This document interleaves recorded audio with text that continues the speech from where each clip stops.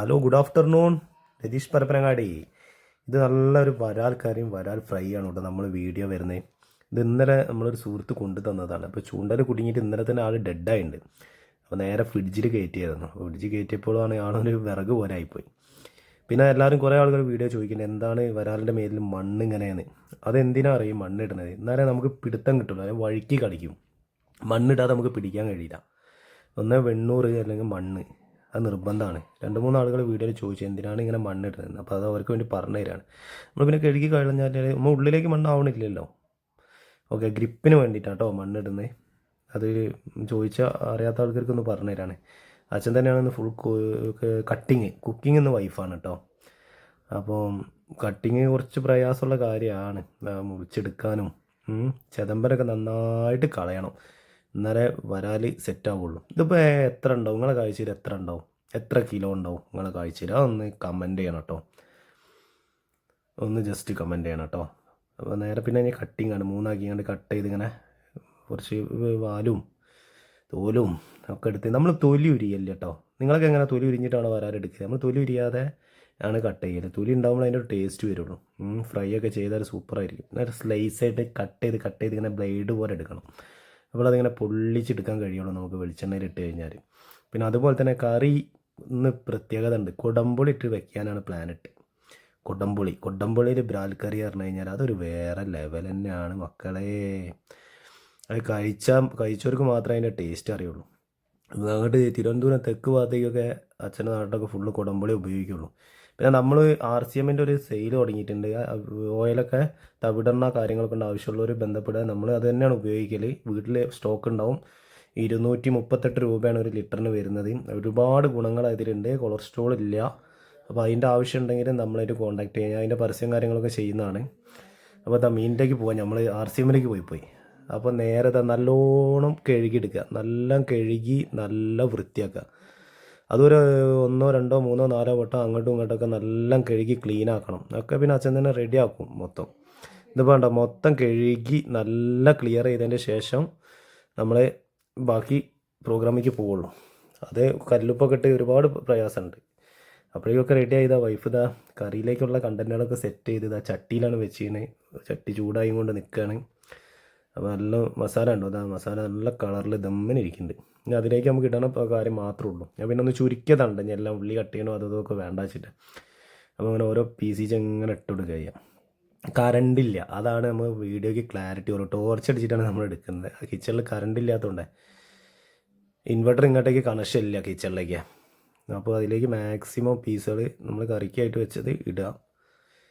ഇതിന് പിന്നെ 2 ആളും കൂടി ഉണ്ട് കേട്ടോ കഴിക്കാൻ. അയ്യോ കണ്ണ് പേടിക്കണ്ട. തലക്കറിയും കൂടി പറയാം. തലഭാഗമാണ് നമ്മൾ ഇതിലേക്ക് കൂടുതൽ കറിയിലേക്ക് സെറ്റാക്കി എടുത്തിട്ടുള്ളത്. അതാകുമ്പോൾ ടേസ്റ്റ് ഉണ്ടാവും. ബ്രാലിൻ്റെ തലക്കറി പറഞ്ഞാൽ അതൊരു വേറെ ലെവൽ തന്നെയാണ്, വേറെ ടേസ്റ്റാണ്. അപ്പോൾ പീസൊക്കെ ഇട്ടിട്ട് നന്നായിട്ട് ഇളക്കണം. നല്ല മസാലയിലേക്ക് കയറി പിടിക്കാൻ വേണ്ടിയിട്ട് നന്നായിട്ട് ഇളക്കണം.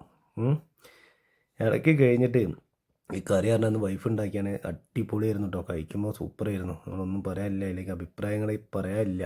അത്രയും ടോപ്പ് പറഞ്ഞാൽ അത്രയും ടോപ്പായിരുന്നു.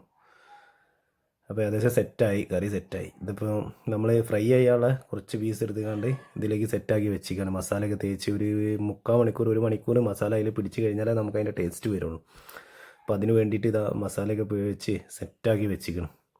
അപ്പോൾ ഏകദേശം നമ്മളെ കറി അവിടെ സെറ്റായിട്ടോ, വെന്ത് തുടങ്ങിയിട്ടുണ്ട്. അത് കണ്ടാൽ തന്നെ നിങ്ങൾക്ക് അറിയാം, മനസ്സിലായോ? ഇതിപ്പോൾ ഫ്രൈ ചെയ്യാനുള്ളതിലേക്കുള്ള അവിടെ ഇട്ടാണ് മല്ലിച്ചപ്പും കാര്യങ്ങളൊക്കെ ഇട്ടുകൊണ്ട് അതിലേക്ക് വെളിച്ചെണ്ണ ചൂടായി കഴിഞ്ഞാൽ നമ്മളിങ്ങനെ ഫ്രൈ ചെയ്യാനുള്ള ഓരോ പീസ് അതിൽ സെറ്റ് ചെയ്ത് കൊടുക്കുക.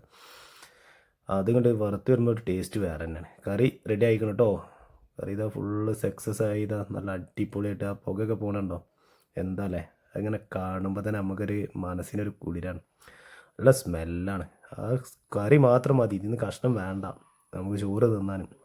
പച്ച ചോറൊക്കെ ഉണ്ടല്ലോ, നേരെ കറി ഇങ്ങോട്ട് ഒഴിച്ചുകൊണ്ട് ഒരു പിടുത്തം പിടിച്ചാൽ എൻ്റെ മുന്നോ ഒരു മാരകം.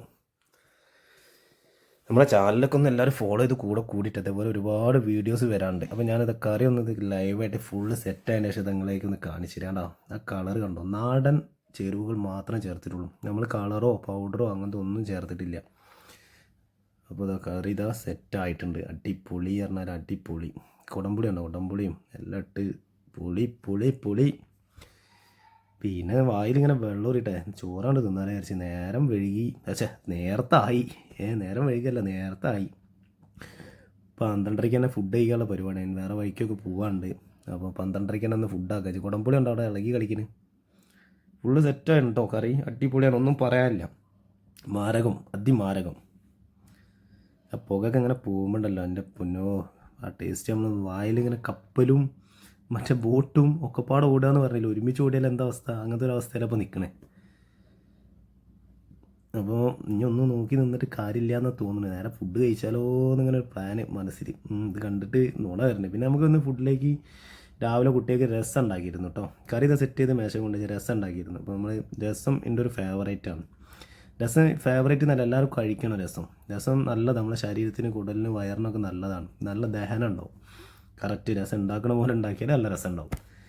ചോറ്, ഒരു അച്ചാർ, നല്ല മധുരപ്പുളീൻ്റെ ഒരു അച്ചാറുണ്ട്. വൈഫിൻ്റെ അമ്മ അവിടെ നിന്ന് ഇട്ട് കൊടുത്തയച്ച പൊരിച്ചത്. അപ്പോൾ ഇനി പിടിച്ച് നിൽക്കാൻ കഴിയില്ല, അതുകൊണ്ട് തിന്നെ. ചോറൊക്കെ സെറ്റ് ചെയ്ത് കറിയൊക്കെ ഒഴിച്ച് രസമാണ് ആദ്യം അങ്ങോട്ട് കൂട്ടി പിടിക്കാനുള്ള പരിപാടി. പിന്നെ നേരെ കറി ഇതാ ഒരു പീസും കൂട്ടിങ്ങാണ്ട് ഒരു പിടുത്തം പിടിച്ചാലോ എന്നുള്ളൊരു ആലോചനയാണ്. പിന്നെ അതാ നോക്കിയില്ല, ഇതാ പീസിട്ട്. പിന്നെ നമ്മൾ വറുത്തത് എന്തായാലും നമുക്ക് നിർബന്ധമല്ലേ. അതാണ് നമ്മളെ സ്പെഷ്യൽ, ഡബിൾ സ്പെഷ്യൽ.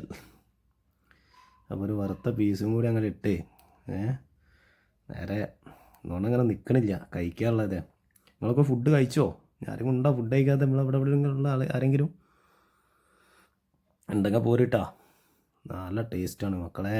നമുക്കിനി നമ്മുടെ ടീംസൊക്കെ പറഞ്ഞേക്കണേ ഇനി ബ്രാല് കിട്ടുമ്പോൾ ഒന്ന് സെറ്റ് ചെയ്യണമെന്ന്. നമുക്കിനി ഒന്ന് സെറ്റ് ആവട്ടെ, ആദ്യം നമ്മളൊന്ന് സെറ്റ് ആവട്ടെ. എന്നിട്ട് അടുത്ത് ഇത് ഇന്നലെ പ്രതീക്ഷിക്കാതെ കിട്ടിയത്. അപ്രതീക്ഷിക്കാത്തൊരു കമ്പനിക്കാരൻ ഡെഡായപ്പോൾ കൊണ്ടു തന്നു. അത് ഡെഡാവും, ഓനെ പിന്നെ വെക്കാനും കഴിയില്ല. അപ്പോൾ നമ്മളെ താങ്ക് യു രതീഷ് പരപ്പനങ്ങാടി.